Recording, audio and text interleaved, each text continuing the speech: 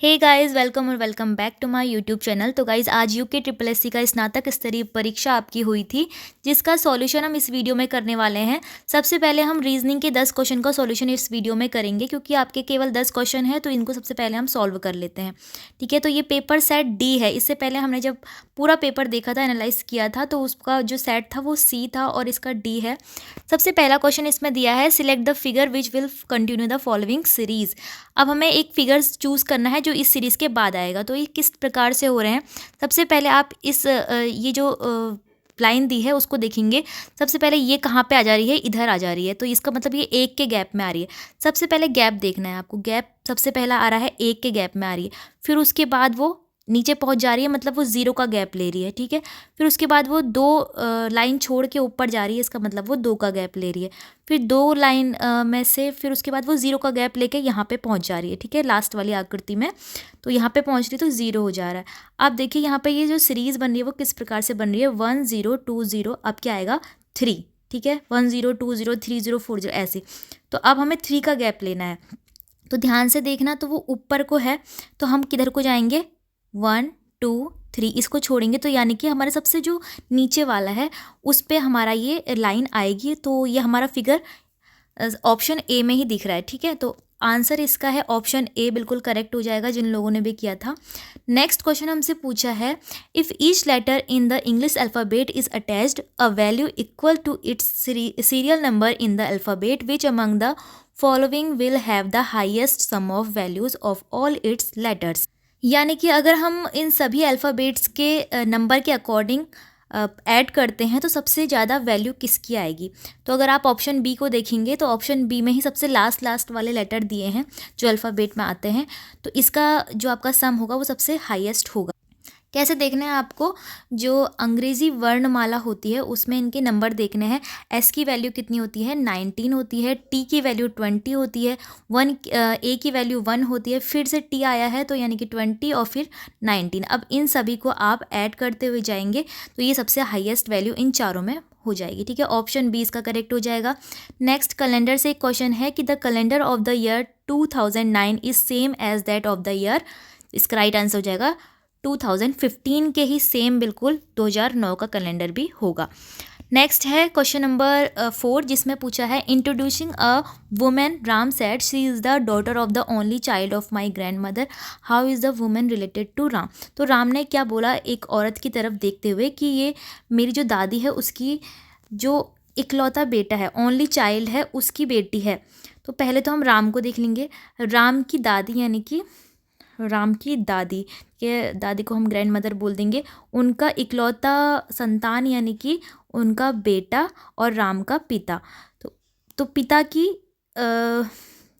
पुत्री है, यानी कि राम की वो क्या हो गई, बहन हो गई। ठीक है, सिस्टर इसका करेक्ट आंसर हो जाएगा ऑप्शन बी। अब है हमारा क्वेश्चन नंबर 5, जिसमें पूछा है, if the word leader is coded as how would you write the word light. अगर लीडर को हम ऐसे लिखते हैं तो लाइट को हम कैसे लिखेंगे। तो लीडर को पहले ये देखना होगा कि ये कैसे लिखा गया है।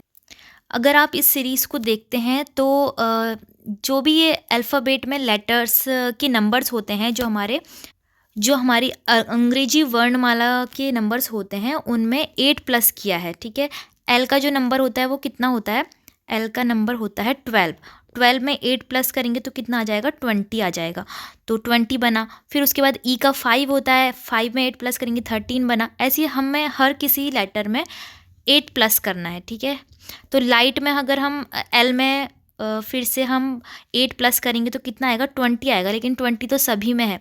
ठीक है, तो लास्ट वाले को देख लेते हैं।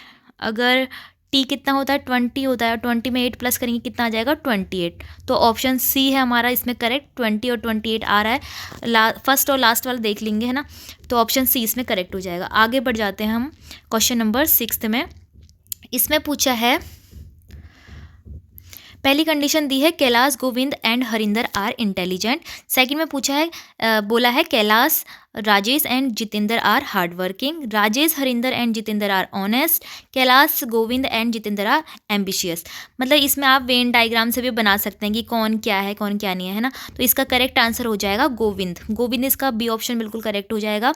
अगला क्वेश्चन हमें फिगर दिया है और इसमें हमसे बोला है कि in the following figure if the centres of all circles are joined by horizontal and vertical.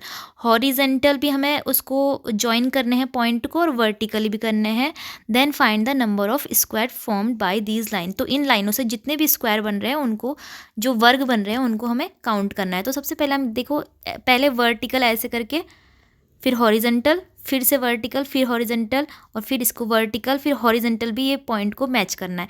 अब हमें गिनना है कि स्क्वायर वर्ग कितने बन रहे हैं। ठीक है, 1 2 3 4 5 6 7 8, ऐसे हम 8 गिन लेंगे। फिर उसके बाद 2/2 में देखो 8 के बाद ये वर्ग बन रहा है ना 9, फिर 10 बना। फिर उसके बाद जो ये बीच वाले हैं, ये बीच वाली लाइन और ये वाली लाइन, इनको अगर हम ऐसे करके मैच करते हैं तो ये हमारा 11 बन गया। तो ऑप्शन बी इसमें करेक्ट हो जाएगा, 11 स्क्वायर। ठीक है, अब हमारा 8th क्वेश्चन है। इसमें पूछा है हमसे, हमें क्लॉक टाइम भी दे रखा है और वाटर इमेज भी दे रखी है। आप सभी को पता है वाटर इमेज और क्लॉक टाइम किस प्रकार से होता है। तो जब जो क्लॉक टाइम होता है और उसकी वाटर इमेज अगर हमें देखनी होती है तो हमें क्या ट्रिक फॉलो करनी होती है, 1830 से माइनस कर देना होता है। ठीक है, तो 815 को अगर हम 1830 से माइनस करेंगे तो हमारा कितना आएगा आंसर, कितना आएगा 1015, हाँ 1015 आएगा।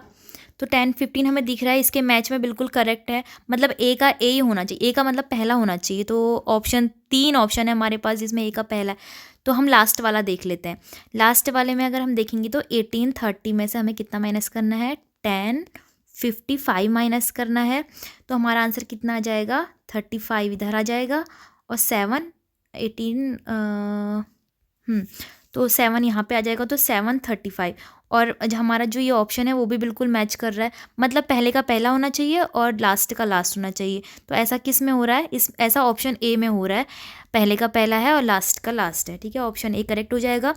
9th क्वेश्चन है कि 4 विलेज है हमारे पास ABCD in a straight line. इस तरह से एक स्ट्रेट लाइन है और 4 विलेज हमारे पास है। जो D is 10 kilometre from B। मतलब B और D के बीच की जो डिस्टेंस है वो 10 किलोमीटर की डिस्टेंस है। अब हमें क्या बताना है, A is between D and C। मतलब A जो विलेज है वो D और C के बीच में है। अब वो जो D और C है वो इस तरफ भी हो सकता है और D और C इस तरफ भी हो सकता है ना, हमें पता नहीं है अभी। ठीक है, तो फिर उसके बाद बोला है from B is 2 kilometre, C from B is 2 kilometre. C जो है ना वो B से 2 किलोमीटर की दूरी पर है। तो मतलब वो इस तरफ होगा, क्योंकि अगर वो इस तरफ होगा तो वो 10 किलोमीटर हो जाएगा। तो C मतलब इस तरफ है। ठीक है, सॉरी C हम यहाँ पे रखेंगे, C इस तरफ है। More than it is from D, how far is C from B। C और B के बीच की डिस्टेंस निकालिए। अब देखो हमें पता चल गया कि ये 10 है। ठीक है, 10 को हम कैसे डिवाइड कर सकते हैं, 4 और 6 में डिवाइड कर सकते हैं। ठीक है, क्योंकि यहाँ पे जो A है ना, ये वाली डिस्टेंस A और C के बीच की डिस्टेंस और A और D के बीच की डिस्टेंस बिल्कुल सेम है। ठीक है ना, बिल्कुल सेम है, सही बोल रही हूँ ना मैं। तो यहाँ पे अगर हम 2 और 2 रख दें क्योंकि बिल्कुल सेम हो रही है, और यहाँ पे 6 कर दे तो हो जा रहा है ना बिल्कुल 10। हाँ, तो B और C के बीच की कितनी आ गई डिस्टेंस, 6 आ गई है ऑप्शन में 6। ऑप्शन बी करेक्ट हो जाएगा। अब जो लास्ट क्वेश्चन है रीजनिंग का, उसमें पूछा है कि ये सीरीज़ दी है, इसमें नेक्स्ट कौन सा आएगा। ठीक है, तो नेक्स्ट कौन सा आएगा पूछा है। तो इसका एक ट्रिक है, मतलब कि कैसा पैटर्न इसमें दिया गया है।